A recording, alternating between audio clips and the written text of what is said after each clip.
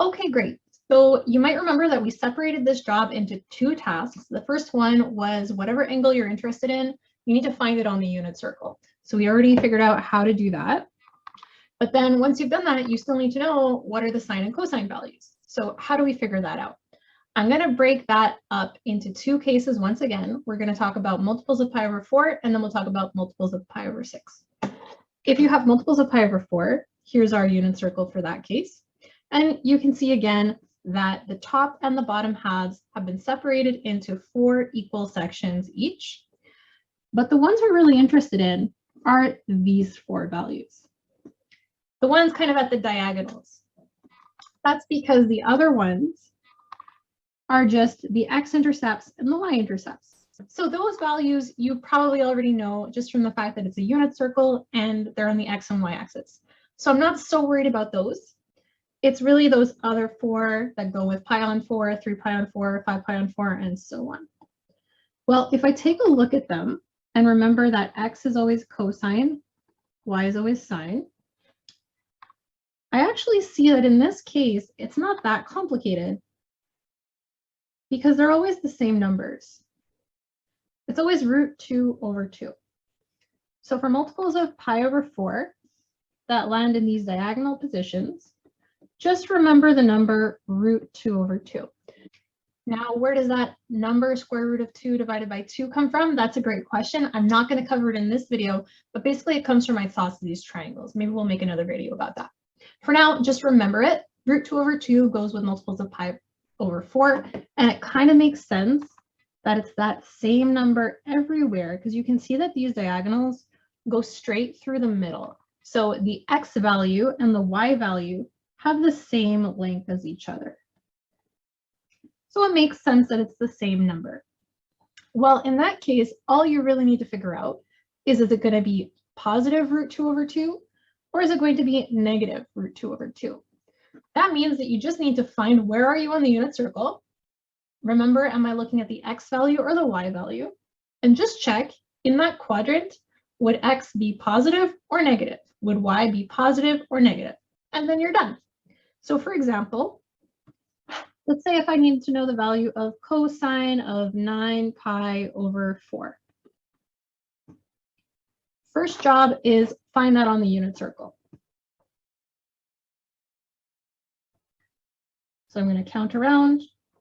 1, 2, 3, 4, 5, 6, 7, 8, and 9.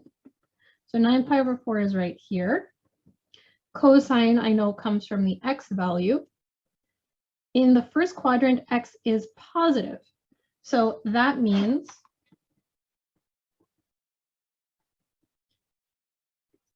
that the answer has to be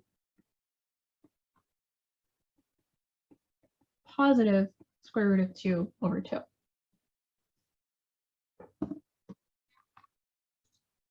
Why don't you stop the video here and see if you can determine the value of sine of negative 3 pi over 4.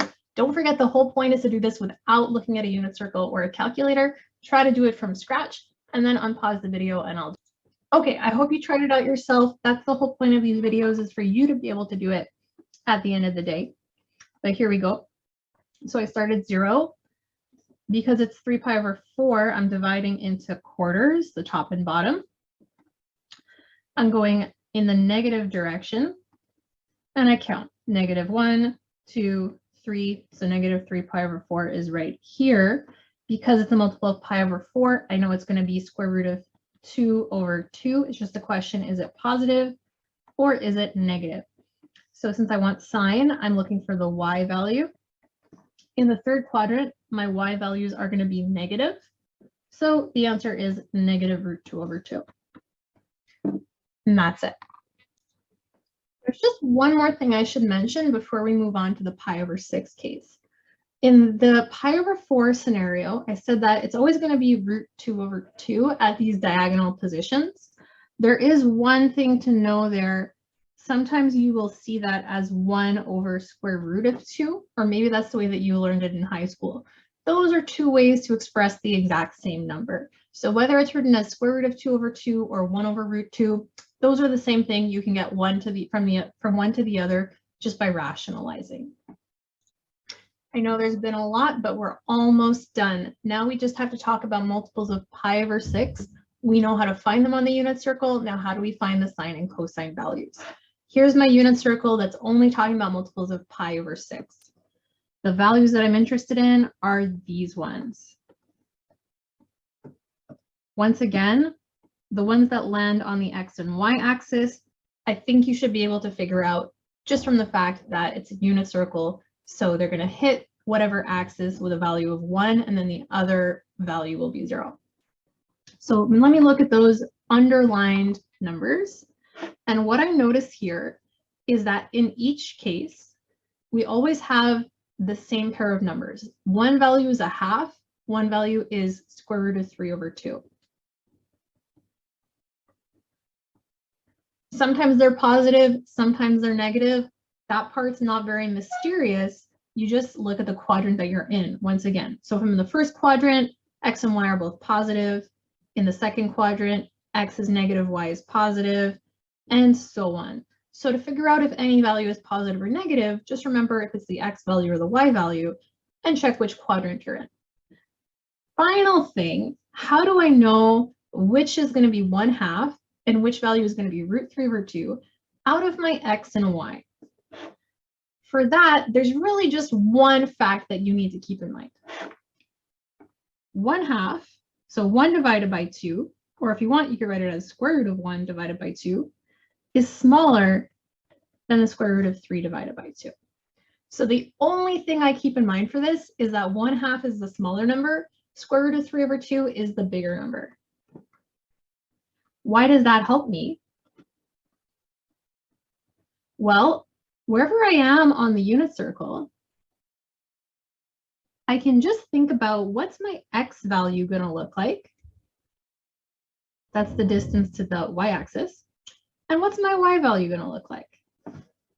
If I've drawn my circle and I can see what position I'm at, then I can figure out, is x the bigger number or is x the smaller number? The smaller number is going to be 1/2. The bigger number is going to be root 3 over 2. And we're done.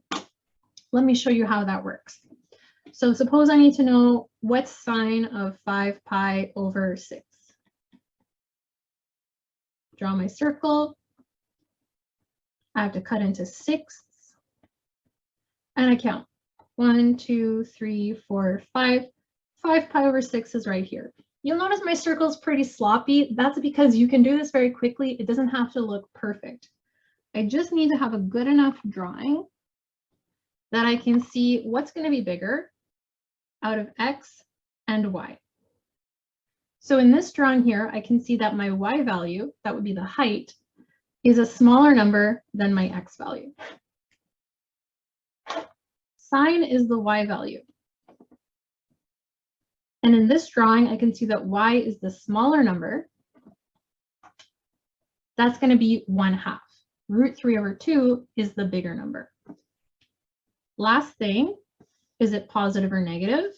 Well, I can see that in this position here, if I think about the y value would be positive. So that means that the answer is positive 1/2. And that's all I have to do. I'll show you another one. Maybe I want cosine of 4 pi over 3. Well, since this is divided by 3, I'll first convert it to a question about pi over 6.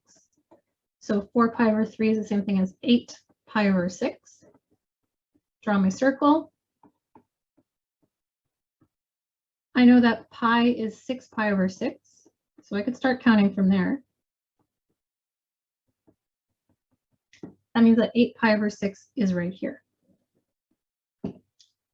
I know that cosine is the x value. This time, if I look at x and I look at y, I can see from my picture that x is going to be the smaller one. Y would have been the larger one. So the smaller number is always 1/2. If it had been the larger value, that would be root 3 over 2. And looking at x, Is x positive or negative in that position? Well, it would be negative. Therefore, cosine of 8 pi over 6 or cosine of 4 pi over 3 is equal to negative 1/2. That's my suggestion. Find the position on the unit circle. Figure out two things. Is my value positive or negative based on the quadrant? And then, is my value the bigger one or the smaller one? Is x bigger than y or is y bigger than x? That's where you need the picture to kind of visualize that. Let's try it out. So I'm going to give you a few questions here. Some will be for pi on 4 and some will be for pi on 6.